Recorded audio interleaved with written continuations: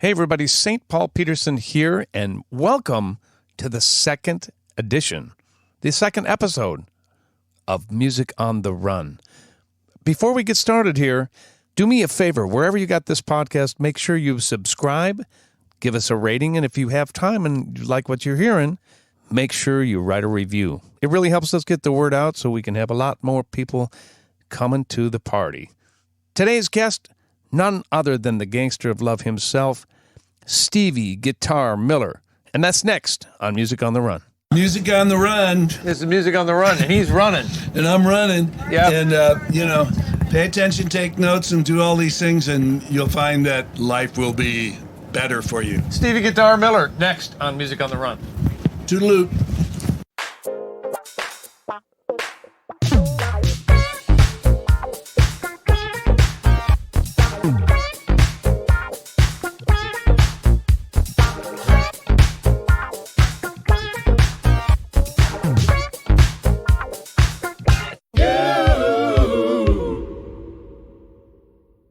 Hey everybody, welcome to Music on the Run. I'm your host, St. Paul Peterson.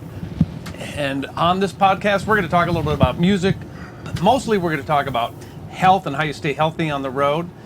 And I figured, why not start out with a bang?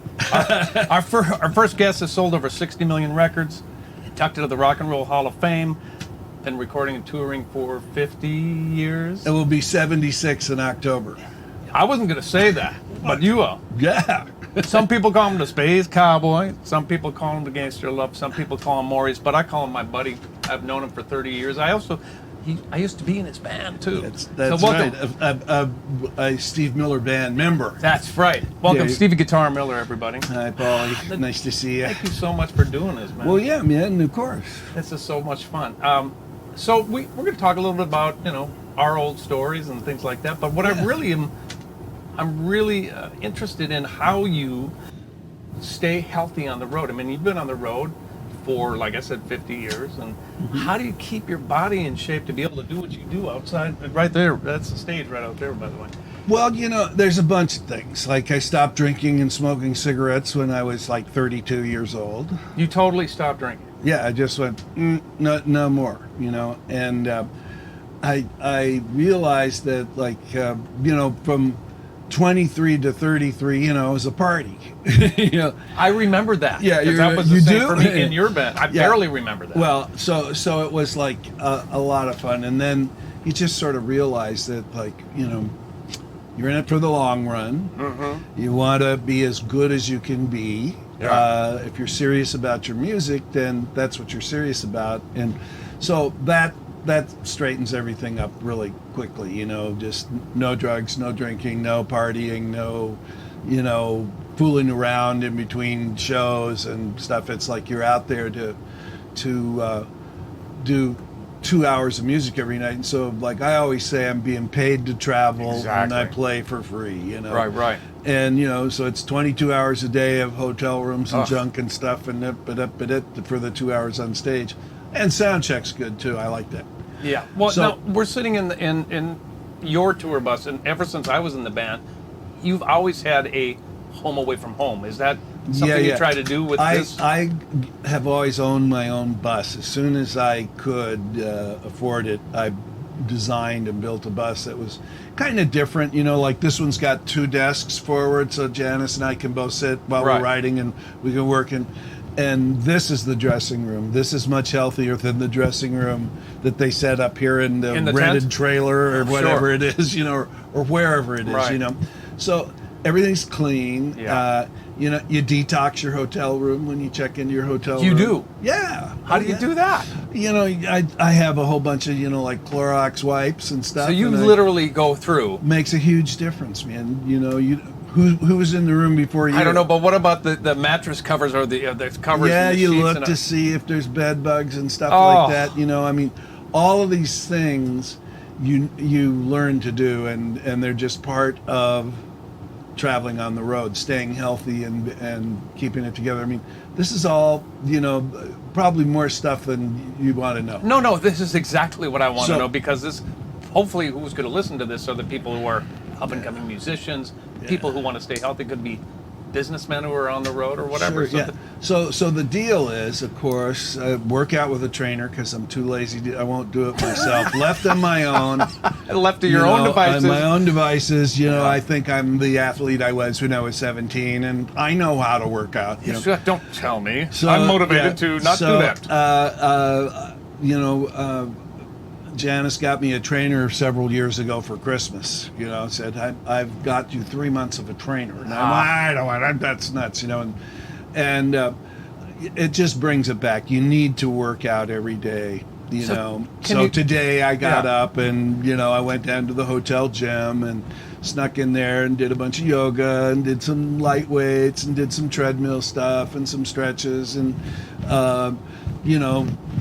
just got loosened up and got my heart rate going and did all that kind of stuff. That's all real important. You have to do that all the time. When you're really young, you don't, but as you age, as you get older, you need to work, We carry a kitchen bag.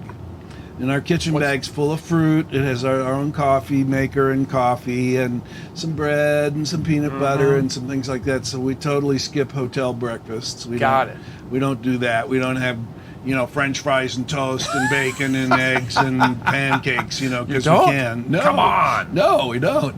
So everything is like that, like good eating habits. Try to stay, and it's hard, when you're on the road. Isn't there pizza every night? I mean, how do you physically make that choice? We don't do that. We don't have pizza delivered or any of that kind of stuff. And we on our rider, we request certain kinds of food like salmon and beef and chicken, but it's salmon, beef, and chicken and beef and salmon. So, I usually go get a big salad or something like that. So try and watch all that stuff, all the junk, And then every day we do vocal warm-ups. Now when we come to we're talking about your chops and we're talking about chops fitness, and music and stuff. So I've been playing guitar now for an hour before you showed up. Yeah, I saw that. You were serenading me as I walked in. Playing some stuff and just, running, getting my hands warmed up and everything. And the band, as you know, because you were a band member, I don't know, for 30 years now, we've done this long 20-minute vocalese. Are you still doing it? Every gig, same one.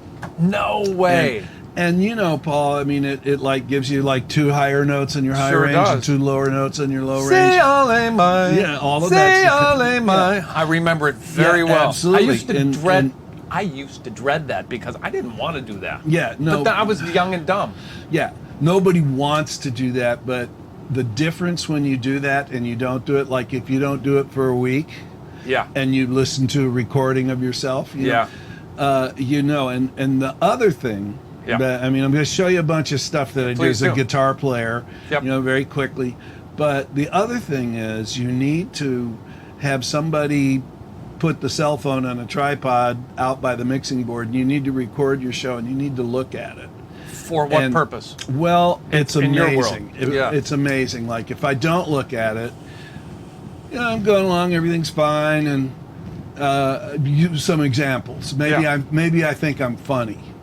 And now I'm like 2 weeks into thinking I'm funny, and I haven't checked out my funny, and I'm doing a lot of talking on the stage, and the trouble with you people. Right. But and that's the worst case example. You look at that and just go, geez, I really need to shut up and stop. So you at this point still edit yourself? Yeah, Les Paul videotaped every show he ever did and always went back and looked at it, made the trio look at it on the way into the gig. Oh, that God. kind of stuff. I bet you they were like, oh. Well, so I find that, like, I'll watch the show.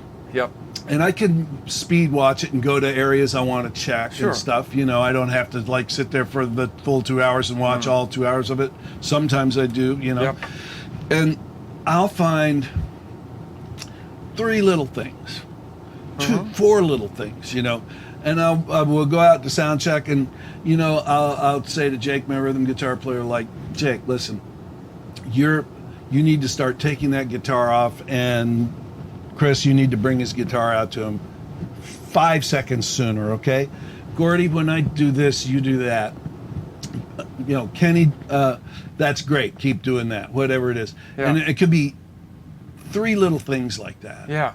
And the next night you go out and the show is like 50% better, man. I mean, just to, it gets down to, it gets down to like the hair on the fin, and when you get it really dialed in and you pay attention to that, the timing, 3 seconds here, 4 seconds there. Makes it a show, doesn't it? It makes all the difference in the world into how, once you get the house, you've got the house, they're with you, you got this thing going. You don't want to like stop it for like a minute and 12 seconds while the guitar tech's finishing tuning your guitar and bringing it out, or what. I mean, there's a lot of things like that can really make a difference, or just the way you take a solo, when you take it, how you start it, where you go, where you're standing on the stage.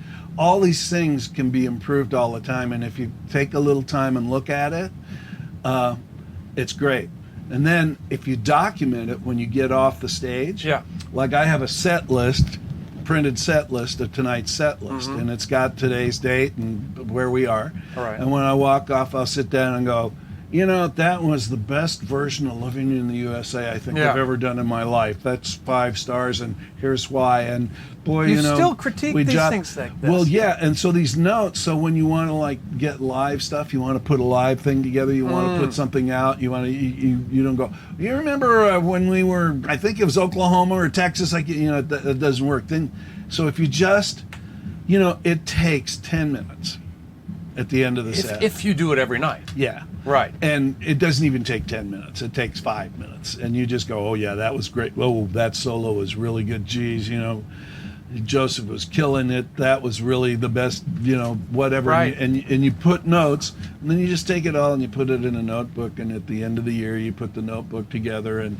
you go back and say, I wonder what the hell we did in 2019 and when we were in Minnesota. And you could put a whole new set together, or and you can listen, and you can take parts and pieces, and you can now be we release a lot of live material, so that's really helpful. So that's all. These are little important things. So record the set. That's show fitness. Look is at what it. That is. Absolutely. Because you're going, where can I make improvements? It's like you're in training. You're a competitive son of a gun, aren't you? Well, I don't know whether it's competitive or just wanting to really do the best I can. But it's so funny. You're a Rock and Roll Hall of Famer. You don't have nothing left to prove, but except to yourself, right? I don't even think about that stuff. I mean, I really don't. I bet you don't. Because I know you. It hasn't changed anything of the way. But basically, me, man. Like, I'm here for the playing. I know you are. I want it to be really good. But that's so fun for these listeners to hear that stuff. And we're here because we like to play, not because we are making money and entertaining the folks or something. Right. We want to entertain the folks. And sure, we want to make dough to pay for all this stuff we got to put together to do it. But we're really here because we really love to play. And, I'll finish a 70-city tour. I do one every year. I do about 70 cities a year every year. Right. And that's a lot. Yeah, and, it is. When I get back, and sometimes I'm just like, oh, boy, I'm so, man, I don't know.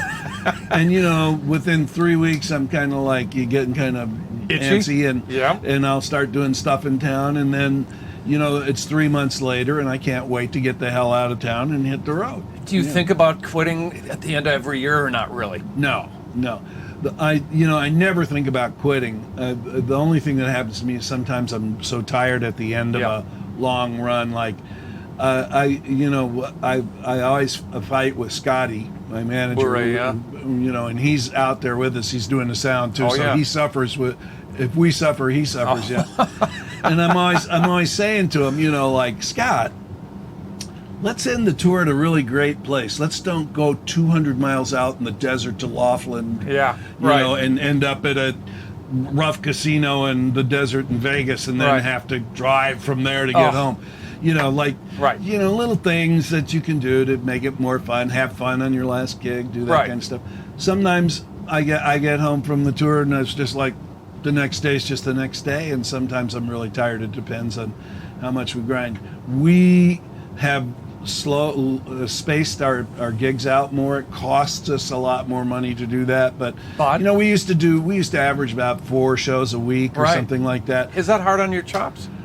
It's not that it was so hard on my chops. It's more just hard on my psyche, you know. It? Just running and packing and another show. You want to feel kind of fresh and like you want to go play. You don't want to feel like, man, how many of these have we done in a row? I want to go home. I want to be done. So does that help that? Yeah, and it makes everybody feel a lot better. You just take a day off. But, you know, when you take a day off, it's like you're an army and, you know, we got... In our case, it's like 27 guys who are but we're you're all also sleeping somewhere and eating somewhere and traveling somewhere. So that costs money, but you're preserving your team. Yeah, exactly, and it gives us a little more space, and so I started doing that, and it's helped a lot. Yeah, it's made a big difference. And guitar players, you know, like what I'm amazed at is that people in rock and roll bands don't really warm up a lot and don't really think of themselves as athletes. But well, what do you do? Well, you know about this. No, I don't. So let's talk about gadgets real quick. Well, so I have a box full of gadgets. Okay. For this These is look just painful, by the way. This is just guitar work. Okay. Right? So this is therapy putty, and you get it like at a hospital pharmacy. Okay. They make it in like 7 or 8 different colors and different strengths. I mean, some of it's just like goo. It's for people who've damaged their hands. Okay. And, you know, they can't move their hand at all. And, you know, some guy just needs to do that for 4 weeks to get his finger back or something like that. Well, this is kind of, it's not the real tough stuff. It's kind of like the groovy middle range. And you take it and you keep it in a bag. Okay. You have to keep it in a bag. If you just Otherwise left it on the table like this, no, it won't dry out. It'll flatten out. It'll fall over the edge, and it'll get down in the carpet. Have we done this before? And you'll never get out. You always have to put this away. This is like the alien. So, you know, for guitar players, you know, this is a great thing to do. So I'm just rolling. It's like I'm rolling dough here, right? Yep. Okay, so there you go. And then I'll take it and I'll twist it so it's kind of lumpy, like so, like a rope. Right. And I'll roll it like that. So what are you working? So this is stretching all of this, the palm of my hand, you know, all this stuff is getting loosened up, warmed up, and stretched. And then you take it and you make a donut, and this is really one of the great ones. Like, then you stretch so that's here, right? And you're stretching in a way you normally don't stretch, so you're stretching the opposite way you play. Now, for me, I've been playing guitar for 70 years. It'll be 70 years in October that I've been playing your guitar. Your pops gave you your first guitar, I got my first guitar when I was 6, so that'll be 76 in October. So that's that. And I have 3 areas that bug me. Okay. This joint right here kind of is stiff. This joint right here is stiff, and this thumb down here. Arthritic or just stiff? You know, it's use and just it's been worn so hard. I mean, you know, when you're a guitar player, you're always doing this kind of stuff, course, you know, and so that's a kind of an odd position. And so when this first started going off was about 20 years ago, 25 years ago or something. That's when I got this, made it go away. Who recommended that to you? I went to the Mayo Clinic. And I saw right down the street. Yeah, in Rochester, and I went to the hand specialist. You must have been really worried about it, obviously. For years. Well, I go to the Mayo once a year for a full physical. Okay. And I have all the blood work and all the stuff and everything done. It's just common sense, you know, and I like that place. I think it's the best in the world, you know. So I've been going there forever. Yeah. Hi to everybody at the Mayo Clinic in Rochester if you're watching this. I love the Mayo. I go there too. And I went, to see the hand guy, and he was going, there's nothing wrong with your hands, you know, and he was looking at them, and I realized, like, this guy has no idea what I'm doing. And so I said, look, you know surgeons, right? And I said, well, I'm like a surgeon. My hands have to be really loose and fast, and they have to be good, and I've got this problem. And he said, well, all right, try some therapy putty. And so I got the therapy putty, and I started trying it. Yep. And it just I got to try it. It makes your hands feel so healthy. Just put your hand in there and just open that up. Yeah, that's a different muscle for sure. Yeah, and what do you do? I'm going to screw it up now. How do you get this double circle like this? I'm going to screw it all up here. See, this is what I'm talking about. You have to pay attention. You know, it's like, this is probably too technical for you. I'm a bass player. Leave me alone. Or a guitar player, whatever you want. No, you roll it out like dough. Remember that. Pay attention now, people. See, you roll it out like dough. And it's really good if you stand up and do this because you can put more pressure. You know, if you stand over the table. And when you're doing that, you're still stretching this out. Oh, yeah. Okay. This is like, I'm really... Go ahead, roll it. I see why you would want to stand up. Does that feel good? Sure. Yeah, man. Yeah, it feels great. Now take it and twist it. Like a little rope. No. Oh, like this? Yeah, well, yeah. I screwed it up, didn't I? Yeah. Let's but do it you again. can there you go. That's good. Now take it and just twist it. You want it kind of lumpy so it works better. Okay. Twisting. Yeah, well. You do it. Here. You know the trouble with you people. This is the trouble with you people, you musician people.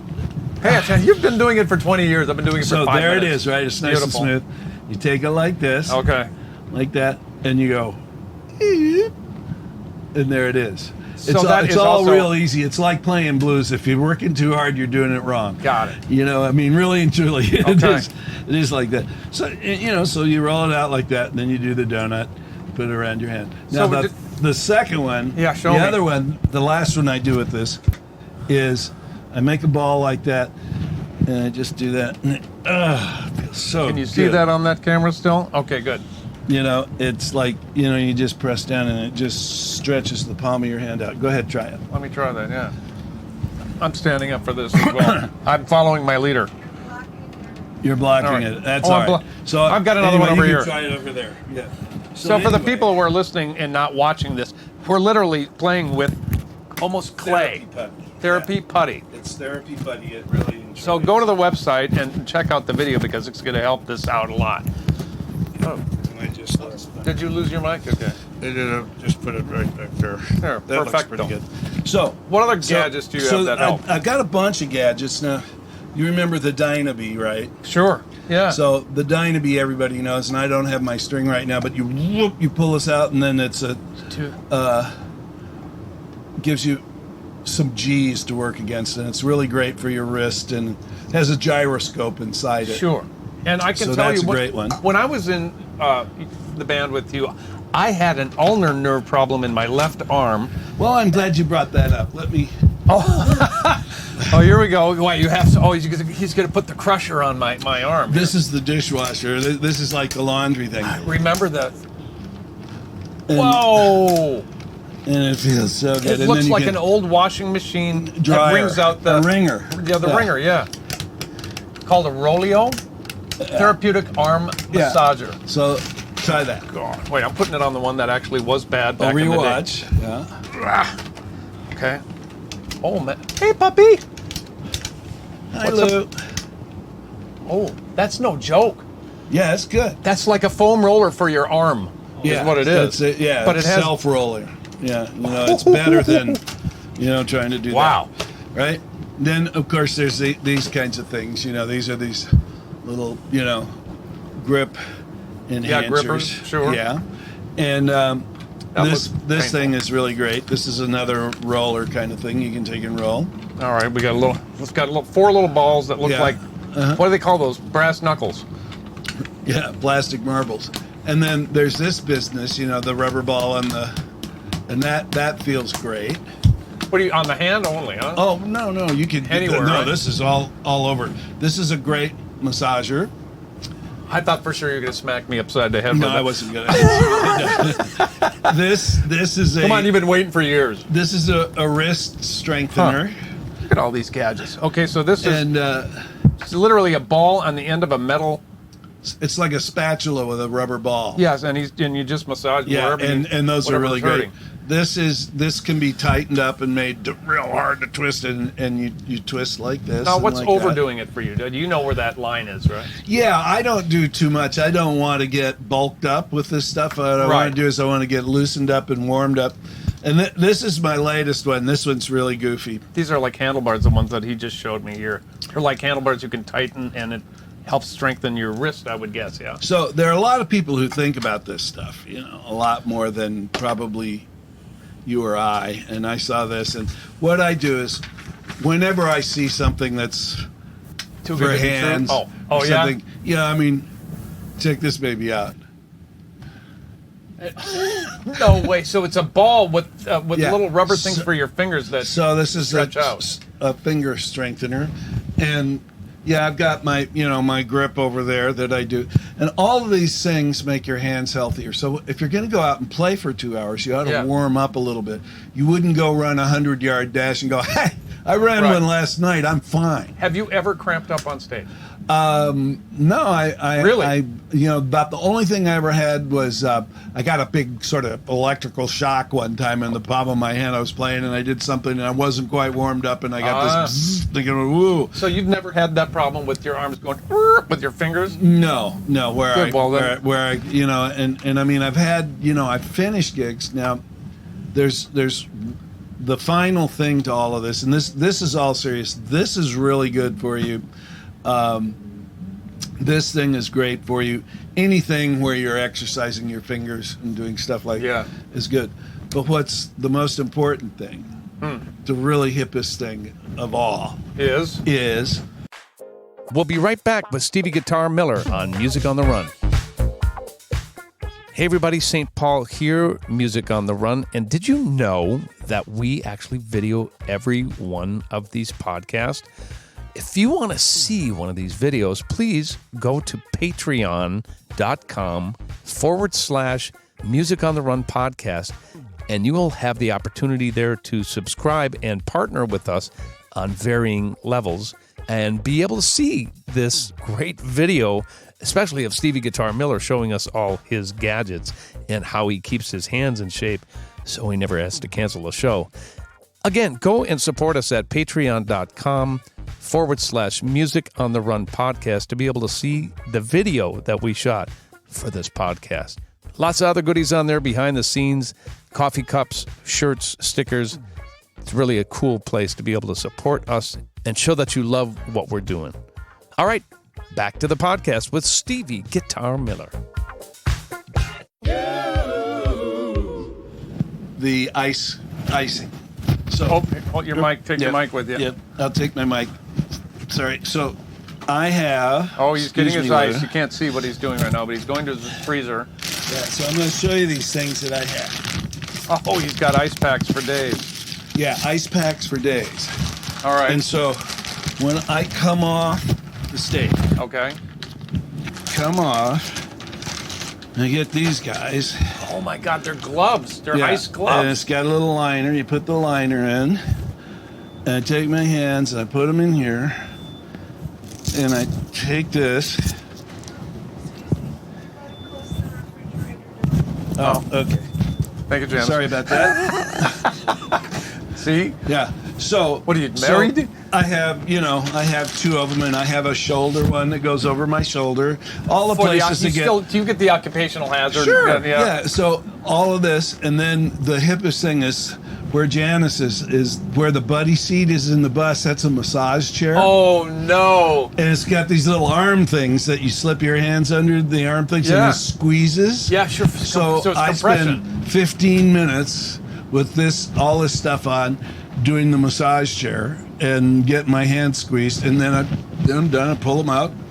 But these are not high buck items at all. I mean, these are things that any one of us up and coming musicians can do. This doesn't cost $1 billion. This is it's Elastogel. You go online and you got it. Elastogel, treating the world well. Yes. Okay. And this is a great big one that goes around both shoulders and wraps around here and feels good, huh? I like that. Thank you, Steve. Yeah. Yeah. No, that's cool. It is cool. It's cold, actually. It is. Yeah, it really is.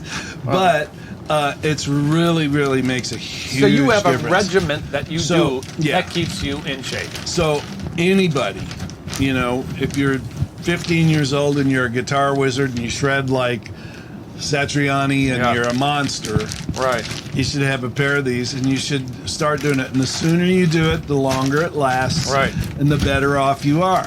Huh. And that's the regime. That's working out with a trainer, physically doing aerobics and light weights. For me, because of my age, I'm not 30 now, so I'm not in there bench pressing 180 500 pounds or any other stuff like we used to do, you know. Well, I remember. We used to carry a Pilates machine, and we had a gym, and you carried a treadmill. I remember that one of the viewers. I have a treadmill on the bus. It's right back there. You still have? Yeah. He sure does. Wow. Yeah. Do you do your yayas on the bus still? Yeah. Yeah. Do you have everybody come in here to do that? Yeah, and the reason great. we do the reason we do that is because it brings all the musicians out. It gets them out of their shtick. Yeah. Whatever's going on in the dressing room, whatever, mom and dad, their cousins, their girl, whatever it is, they have to come here. Okay. And they stand in here, and we sing vocalese for 20 minutes, and I play the vocalese while I'm singing it. And what it does is it gets everybody focused, and it makes everybody breathe together. So before we hit the stage, we've been going, say Ale mine, you know, and doing the scales up and down for 20 minutes is what it takes. And breathing and hitting it and talking about vocalese and hitting the spots, and we're hitting the harmonies and we're doing the stuff. And so by the time we're on the stage, we just sang together for 20 minutes doing deep breathing exercises. So it's beyond the warm-up, though, isn't it? I got a feeling that there's more to it than just the warm-up. It's the hang and the focusing? Yeah, it's in our case, it's the hang and the breathing together. Okay. And the quietness, you know, I mean, we're here. So 20 minutes before we hit the stage, it's not like 3 minutes when you go, okay, I'll be right back, baby. You know, okay. So that's a time you designate that say, hey, this is our Everybody time comes together. over and we have our, you know, in-ear monitors here, so we all put our in-ear monitors on. We're all squared away and we're all tuned up, and then we hit that last note and we hit sing a couple of choruses of Rockin' Me or whatever it is, just to make sure our blend is good. And Raz comes and says it's showtime, and we walk right from the bus to the stage, plug in and go. Before I forget, now, when I was in the band, you were the first guy to get into in-ear monitors. Yeah, we I mean, I wasn't the very first guy. Darn close, Stevie right? Wonder had one in-ear monitor made, and he worked with this guy in the mid 80s, and then I think he stopped, and I heard about it, and when I started playing, and Ricky was with us, and Billy, these are my brothers, by the way. In 89 we came back, and I hadn't been playing for like 6-7 years. Yeah, you took a little time off. And the monitors were the size of a refrigerator. They really were. You know, it was the end of the 80s. Yeah. And I'm not kidding. The monitors were like 6 feet long and 4 feet high and 5 feet deep. And there'd be a 22-year-old kid doing it. And it was so loud. The first 3 gigs I did, I just kept going to my monitor guy saying, you got to turn this down. Was it Blake back in those days? No, it was Blake was brought in after that. All right. And we just had, you know, sound crew kids, Got you know. it. And we said, listen, you can't do that. And while we were at Prince's place, we built the first all-band in-ear monitor system and tested it there. I remember. And we had the audiologist come out, and it was amazing. I had everybody's hearing tested. And at that time, there were like 55 people. It was a much bigger show, and we had extra bands and trucks and more stuff. And I had everybody's hearing tested, you know, in a booth, and brought the booth out to Prince's place, and we tested everybody's hearing. And at the end of the day, Rick Fisher, who was mixing, I remember Rick, in the house, had the best ears in the whole group of 55 people.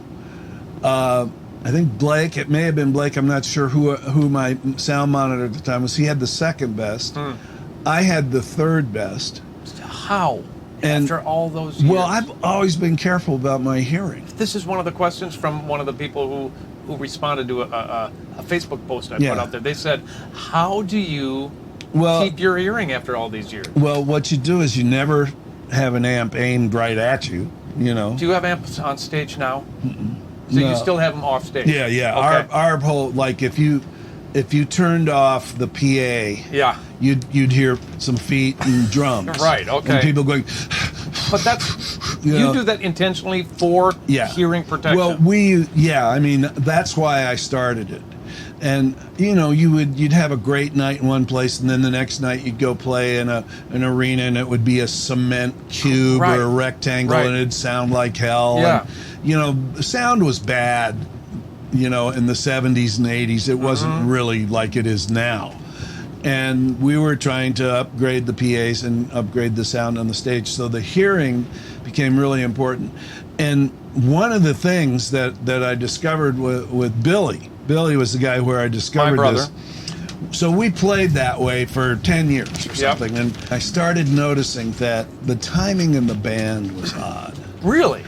And it was like, I'm talking like milliseconds, a few milliseconds odd. Okay. Which was driving me nuts, right? Okay. It would drive you nuts. Well, yeah.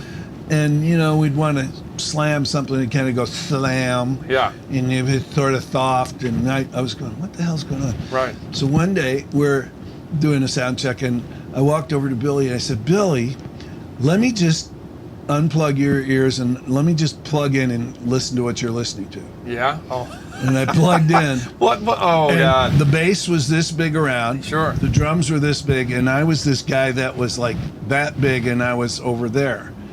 And then I went and listened to the next guys and the next guys Sure. and Kenny's, and everybody had been falling into that old trap like we used to when we first started working in the studio, and the engineers would go, don't touch any of that, I'll mix your sound. And right. you're going, well, I need a little more. And you'd try and talk somebody into what you needed in your headset mix. They all had terrible mixes, just absurd mixes, where all they were hearing was they'd just be listening to Gordy and themselves. Sure. Right. Two big giant things, and they all had really bad hearing. Everybody had this huge dip at 4,000. Mine's at 3. 3 and 4. It's just like, though everything sort of sounds like that. And there's no a de-esser is on everything. There's no thiblins on anything. It's like, wow. And I started realizing, that I had really great ears compared to everybody else, which I didn't really. Did you know that? Never measured anybody's hearing. Right. Well, most people have really damaged hearing, and in this business, and I don't. So you're so now, lucky, man. Well, I always tried to not do that, and that's one of the things about drinking and smoking pot and getting high and playing your show. Is everything feels real good, and you turn it up real loud, and you don't really think about how loud it is, and you're not paying attention, and so in the long run, these are all really important things as a professional musician you really need to take care of, and the most important thing you have is your hearing, Totally. And, we all have friends who have had problems and, have had real serious hearing problems and stuff. And, absolutely. And I have... I come from a family that genetically has bad thyroids, and so I've had to take Synthroid for 40 years now or something. I mean, I've taken it for years. And before I knew this, and I didn't know this, nobody in my family said, your dad and your aunt and your brother, they all, take Synthroid. You should check it. They didn't tell you this? No, nobody said anything to me about it. Nice. And I went through this thing and this was during this period in the 90s, where I couldn't remember lyrics, and I had cue cards all over the place. Right. Okay. And I mean, it was crazy. I couldn't remember like the second verse to the Joker. That kind of. I'd go, well, Steve's losing it, baby. And then my hearing got really bad, and I got tinnitus, and my ears started ringing. And if you did that, I'd just go, oh man, stop. So I immediately went to the ear doctor, and their attitude was really bad. The trouble with those people was they all said, the trouble with you people is you've been playing rock and roll. Sure. What did you think was going to happen? And I said, no. I've always taken care of my hearing. Right. And they said, well, only like 1% of people with tinnitus ever recover from it. See, look, it's beginning to stick to things and melt. The paper. And it's like silly putty. It is. Oh, that's funny. And so I went to 2 or 3 different specialists, and they all were just treated me like, well, you got what you deserved, you play that rock and roll music, and they were like, what do you expect? So it was really bad. And then my brother said, well, I've been on Synthroid forever. And I said, you have? And he said, yeah. I got really sick. I had to, I didn't know. So I went to my doctor and I said, have you ever checked my thyroid level? And he said, no. And he checked it, and he came back and he said, you have no thyroid. Oh, so that affected. Wow, man, that affected and that everything. gave me tinnitus, so I know what it was like. But so then I started taking thyroid, and I was having trouble remembering lyrics, and I was having trouble hearing. I mean, my hearing was killing me. I literally thought I was done. You know, I just went, I can't stand this. I've got to, I can't stand any loud sounds. Yeah. I mean, I'd go to a baseball game and somebody clap, and I'd be like this, I mean, I couldn't take it. And so I'm taking this Synthroid, and about 3:30 in the afternoon in the recording studio in Sun Valley, one day I just sort of went, it was like this. It was like, shoo, and I went, oh, I don't need these cue cards. I got it. I got all the lyrics and everything, and hey, my hearing's cleared up. Almost overnight then. Took 3 months of taking Synthroid for my Synthroid to get everything dialed back in. So people who have tinnitus very rarely ever recover from it. Mine was caused by a lack of thyroid function. But so I was fortunate that way. But I know what it is and how painful it is and how crazy it can make you. It's a terrible thing. I'll tell you that I've had it since I'm 10 because I went out shooting with one of my sister's friends. Yeah, dumbest thing in the world, yeah. Well, they thought it was cute that a little kid was going to go out. They put a magnum bullet in a gun without hearing protection. Yeah, I know. They've been ringing off charts for This is 40 what's years. wrong with the gun culture. They think it's cute. It's like, it ain't. And I've done lots of shooting, and I enjoy shooting, and I enjoy target shooting. And, but I've always and I mean, you're around that kind of noise, your hearing's just gone, and you never recover it. So take care of your hearing, kids. Yeah, no kidding. That's part of the deal. Work out. Right. It's a great blessing to play music. To be able to have an audience is a responsibility. You need to, you always want to make sure that when people pay dough and drive an hour and a half to come see you play, that you're ready to go. Yeah, this is how you do it, And because it's fun and it's rock and roll, people don't think of that very much. But, if you go to classical musicians or, people like that, they're practicing, their chops are great, everything's up. And that's where all the great music is, and that's where all the great fun is. Well, you have a connection to a lot of that now in your off time, aren't you? Tell me a little bit about what you're doing when you're not on the road. I'm working at Jazz at Lincoln Center. I'm developing their blues pedagogy, which is their teaching program that'll go hopefully into Juilliard. And fantastic. Wynton Marsalis asked me if I would do it, and I thought, me? You're talking to me? You're talking to me? I said, well, how about Taj? He knows everything. He's the professor. And he said, no. So we tried that. He said, I'd really like you to do it. And so I said, okay, I'll take a shot. Right. So I do shows there every December. Janice and I curate great blues shows, and we had Jimmy Vaughn in and Charlie Musselwhite, and we use the Jazz at Lincoln Center horn section, so we just have these phenomenal rhythm sections and players, and Shelley Berg, who's the dean of music at University of Miami. He does our charts, and he's the musical director, and every year we do these great shows that develop. Wynton said to me, he said, we all know that all of this came from blues. Yeah. Everything comes from blues. And these kids don't know that anymore. So what the purpose of this is to further educating the purpose is to take a Howlin' Wolf chart and write it properly. And go, okay, you can play anything, you can sight read anything. These kids, their talent is unbelievable. They just don't know it. They don't know the music, they haven't listened to it. So you're preserving that music and handing it off. It's kind of like what Wynton has done with jazz, we're going to have to do with blues. Right. And Jazz at Lincoln Center is kind of like the new American classical music. This is all American music. It's jazz, it's blues, it's country music. Did a show with Marty on Appalachia. Oh, you did? Yeah. That's a hell of a responsibility, man, that you've got. Oh, it's a lot of work, you know. Yeah, I'm sure it is. You know, I mean, one show takes months, you know, to put bet. together, and then you got to rehearse 22 pieces of music, you know, in 3 days, and then do a couple of nights. But it's really good. It's just exactly the